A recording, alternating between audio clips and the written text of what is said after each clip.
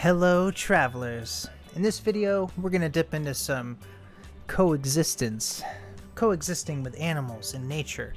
We're trained to kill upon sight, and I'd like to go into a video. Let me kill my cool music. I like that music. Makes me feel better. This guy, what's this guy's name? Why is an alligator attacking you, buddy? From Florida's Wildest. Check them out, guys.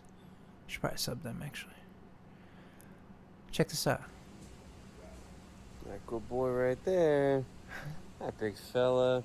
What's going on, guys? Just finished up my tours this morning. Had 3 people in here doing my underwater gator tour, hanging out with Casper a little bit. Casper. That big fella. Look how cute he is, huh? Oh, look, he's got his hand up on my arm here. That's awesome. You hanging out, big guy? We can coexist, guys. Now, just because I guess I haven't talked about this in a while, I've been working. Steve Irwin was all about this concept, by the way. Like, I'm all about this too. Like, we can coexist. I posted a video a few months back about, like, I saved a wasp from drowning, and then someone asked me why I didn't kill it. And it's just so weird how we just go to kill until we realize, like, the value of these creatures and that they're the same as us, man. We were both here together. Like, we can coexist. Working with Casper for about 13 years now, and as you can see, of course, he is in a zoo, and this is like a this is bad. It's like SeaWorld thing, but you know what I mean. Coexist in the wild. Or on Earth in general. see, he's very, very well trained, very, very smart, and we've been doing the underwater gator tour together for about 5 or 6 years now. And so he understands the tour, knows what to do, knows what his job is, and that he gets rewarded for it. I'm going to give him a treat right now, actually. So if I move over here and call him. And one thing I learned, if animals are well fed, I've said this many times before, if animals are well fed, they get along. Like, I can prove that in my backyard. There's all kinds of animals that are declared, like, to fight each other. But if they're well fed, they don't fight each other. They all coexist. And I believe that with humans, animals, everything. Come over.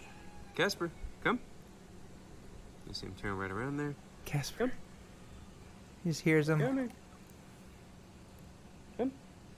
Good boy. There we go. Watch your piggies. Watch your fingers. Oh my God, look at him.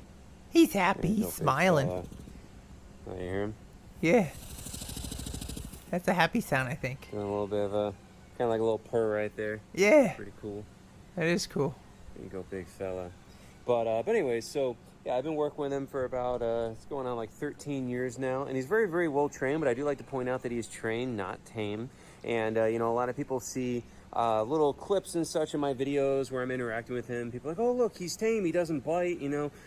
So I just like to always clarify that he is a real alligator. He does bite. Now, he's never bit me or anybody in my tour, but you know, if I were to do something foolish, like if I were to like slap my hand against his face or something like that, or yeah, don't provoke him. Don't slap people in the face. I've learned this in the past when I worked in restaurants. You're not, if you hit someone in the face or even poke at their nose or cheeks, if you boop them, they'll snap at you. I got bit a couple times serving muffins. It's dangerous out made him there. feel threatened or anything that made him feel like I was no longer me Look at his eye. and that I was He's looking at you. like prey in some way. Like, he's literally sitting up on my chest right here. But if I were to do something like if I was just laying in here and just like looking like I was dead, you know, he'd come over, he would investigate, he'd probably nudge me a little bit and take a little bite, see if I react. And if I didn't, then he'd eat me, right? Whoa. So, you know, he is a real alligator. Don't fall asleep on the dog, job. You know, that's what I always try to point out is he's an alligator, not a Labrador. Maybe that's what we could do to get more productivity done. We're going to bring in alligators so no one's sleeping on the job or snoozing, because if they are, the alligator will come up and bite you, and if you don't react, he's going to eat you. You know, these guys do have all of their wild instincts, and that he was caught out of the wild as a nuisance gator, maybe like 6 inches shorter than he is right now. So he is not raised in captivity. I didn't raise him from a baby.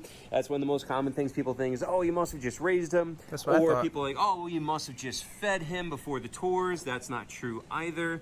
We don't feed him before the tours. And even if we did, it wouldn't make any difference. And then I'm kind of envious of this alligator, though. Like, I know he's in a contained space and stuff, but like, look at him. If you could just float on water, and people are, and humans especially, are deadly afraid of you, that's kind of cool. A lot of people are like, well, if you feed him enough food, he'll get full and he won't attack you, right?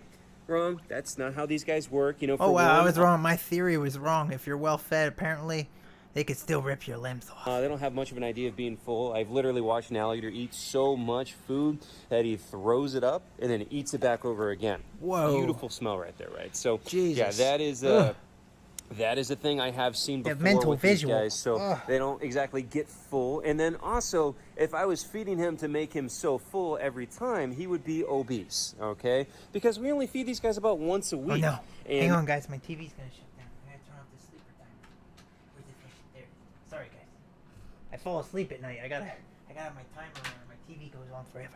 Okay. that's another big one too. A lot of people don't understand is that crocodilians. If you're just tuning in, we're watching Casper the alligator and seeing how things can coexist together. He didn't raise this thing from a baby. It can happen. And so because of this, they have very low metabolic requirements. And so they don't have to eat very much. We only feed them like once a week. A 250-pound alligator like him is going to eat less in a year than like a 30-pound dog. And What? so because of this, if I fed him a bunch of food to make him full before every interaction, he would have died of like heart disease like years ago, okay? It doesn't make any sense. It's not possible to be able to do that, okay? And he would be Wow. morbidly obese. And obesity is a thing in crocodilians. You'll see this at a lot of zoos sometimes. Even crocodiles get fat, guys, so don't worry. If you're putting on weight, that is like royalty splendor. That's a good thing in the old days. Where they don't understand that they do. You have to, be careful about how much food that you're feeding them. You can't overfeed them, and a lot of places do that. And then they have overfed, obese alligators or crocodiles. It's actually pretty darn common. I'm grabbing this thing because it keeps on like pushing up against my neck right here.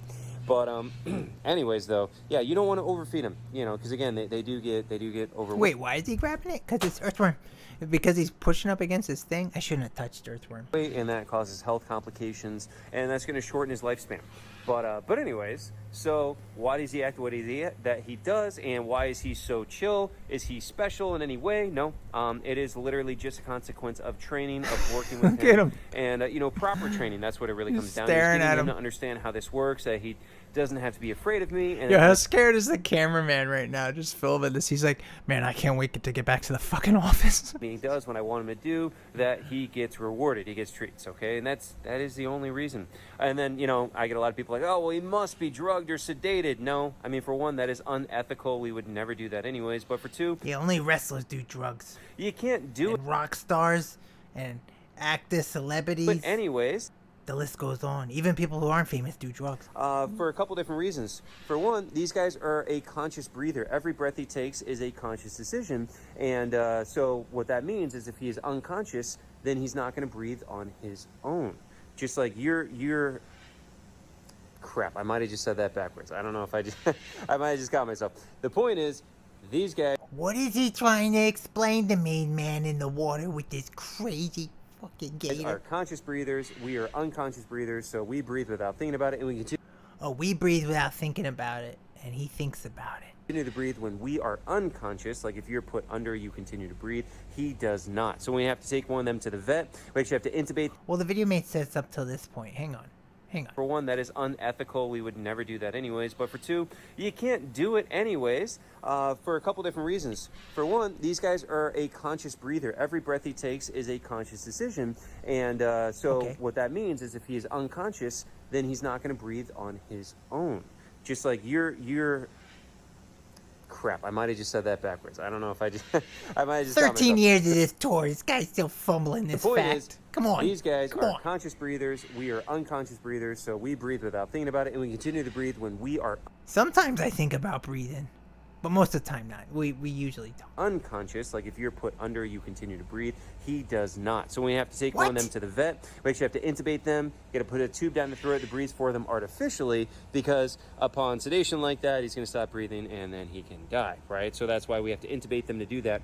Alligators are actually really smart. They were like the ones I think that burrowed into like the mud and they could breathe down there, and they lived like when the big bang and all that stuff went off. They're like prehistoric.